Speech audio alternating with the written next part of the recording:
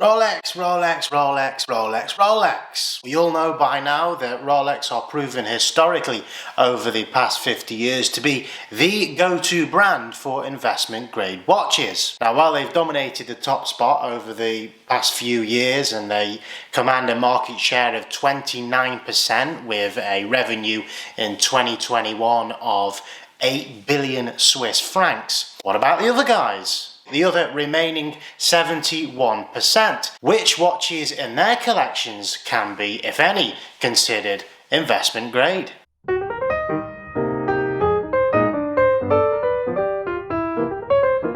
Welcome back to the channel. I'm Watch Investor Vinny. Go check out Beat the Waitlist-watches.com. So I keep getting asked, Vinny, which particular models other than Rolex and the other big major watch brands would you consider as a potential investment, consider as investment grade or a steady and safe store of your wealth? And in this video, that's what I'm going to do. I'm going to go through Rolex, touch base on them, but also some of the other big brands, some of the models that they do that perform on the secondary market quite well, and split them into two categories of genuine investment grade watches, watches that should expect and have historically experienced a capital appreciation, and a second category of watches that I would consider a safe and steady store of your wealth. So for Rolex then, what would I consider genuinely investment grade? Well, I would look no further than the Rolex Submariner 116610 LV, aka the Hulk.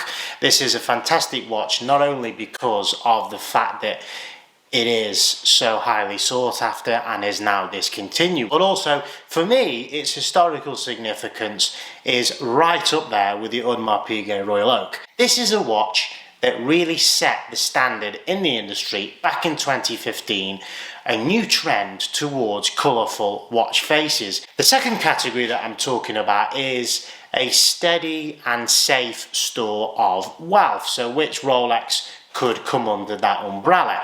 For me, I would look at a more vintage piece, the Rolex GMT Master 2 Pepsi with the aluminium bezels, preferably on a Jubilee bracelet because this is more sought after from collectors, the original. Now over the top of this video you'll see, as I do every week, a watch featuring a nice little fancy photo shots. This week I'm featuring the Tissot PRX, the automatic powermatic movement, which is a watch which is absolutely incredible value for money. A solid ETA 2824 movement that's been modified with an 80-hour power reserve. And for me, this is at the completely different end of the spectrum. We've just spoke about Rolex. Those are pieces sort of above £10,000. But for those who consistently say that you cannot find an investable watch under £1,000 or $1,000, what absolute rubbish that is. This watch for me is one that is great value for money, and if bought second hand, you can pick these up on eBay I think for around £400 here in the UK. Because of the massive cult following for this piece and the extremely high demand for it, I would definitely consider this to be my pick under £1,000 for a watch which could definitely be considered a safe and steady store of wealth. If I was weighing that up against a, let's say, the controversial watch of the moment, the Amiga Speedmaster Moonswatch, which is, for all intents and purposes, plastic and features a quartz movement, and it's plastic, weighing up this against one of those, which one is going to hold its value best over time, which one is actually far more bang for buck? For me, it's this, the Tissot PRX. Another brand I constantly get asked about is Tudor. Vinny, are Tudor investment watches? And I'm going to give quite a simple and blunt answer for that. No. Tudor, generally, I would not consider investable. The problem with them is, whilst they make fantastic watches, they're impeccable value for money, yes, and that can't be argued against. However, when I look at the significant supply that there is and always has been on the market of Tudor black bays with all sorts of different dial colours, if you look on eBay, you know, there are sort of at least 30, 40 black bay 58 with black dial listings available there. You won't find many dealers now that really want to actually get involved with Tudor. Are there any in their collection that could be considered investment grade? There is one or two for me. If you look at the Tudor Harrods Black Bay, this was always a limited edition release. The watch that's only available at the Harrods store in London. You have to put your name down on a waitlist for one of those.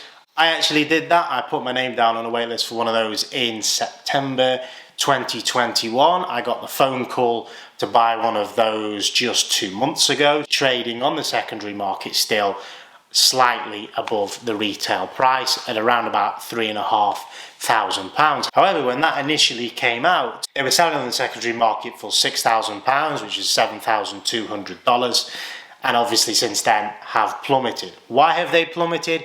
Because they've just continued to produce them. Tudor have continued to supply them to Harrods for a period of coming up to 5 years now. Now, I actually did some research into how many they've actually produced and found out that there are watches out there in the serial numbers of 10,000 plus. So over 10,000 of them have been made. Now, it can't really be considered limited edition or special. However, we are coming up to 5 years.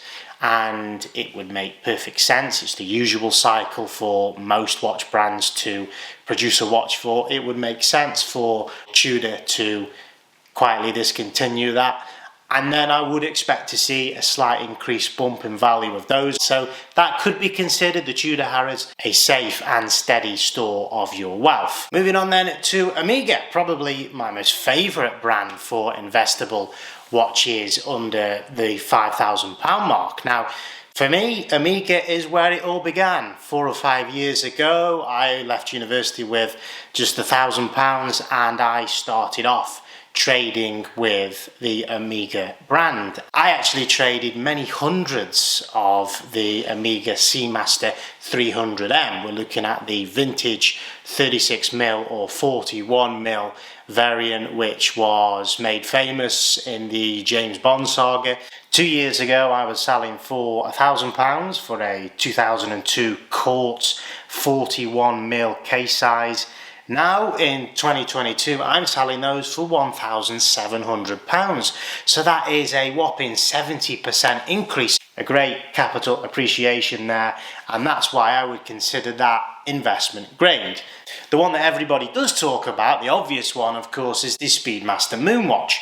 Now, if you can buy these used, then you're not going to experience the 20% fall in value as soon as you walk out of the authorized dealer. They should experience a steady rise in value, which is what we've experienced historically. So the second most popular Swiss watch luxury brand is Cartier, as reported in 2021. It overtook Amiga for that second spot, tucking in behind Rolex.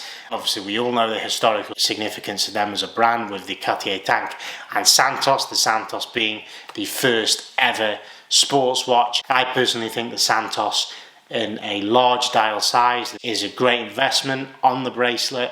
We've seen that the white dial in particular has risen steadily since the launch in April 2020. The secondary market was at £4,100 or $4,900 for that, and it's grown to £5,600, a 36% growth, which obviously easily beats inflation and is a great hedge against inflationary pressures, if that's what you're concerned about at the moment, with inflation here at the UK very nearly touching 10%.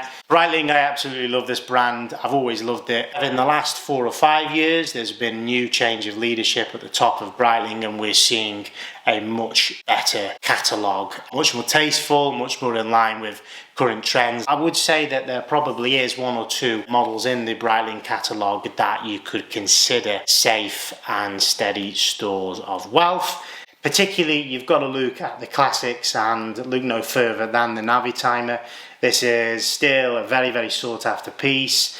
If you can find one from 2010 to 2015 years, which feature the Breitling wings on the dial. They released a new model which did away with the wings around the B, which actually had an impact on the secondary market. Of course, anyone who's spending thousands of pounds on a watch, maybe not in the hundreds but in the thousands, is always going to have that thought in the back of their mind: is it going to hold its value? Value retention is absolutely always a concern, I believe, for everyone that is spending thousands of pounds on a watch. Now you can say, well, if you love a watch, you spend the money on it, you don't really care what it's going to be worth afterwards. And I know there are a lot of people in the comments that do say that, but I think that's rubbish. I think anybody who spends that kind of money on a watch at least wants to know, am I going to be able to sell it for near to what I pay for it? So really the moral of the story with a lot of these watches that I've gone through in this video is, unless it's Rolex or AP or even some Patek Philippe models, buying secondary market really is the best way to go. That's all for this week, guys. Thanks very much for joining me, Watch Investor Vinny. If you've enjoyed this video, please smash that subscribe button. I want to try and get this channel up to 1,000 subscribers. That would be great. I'll see you next week in the next one. Take care.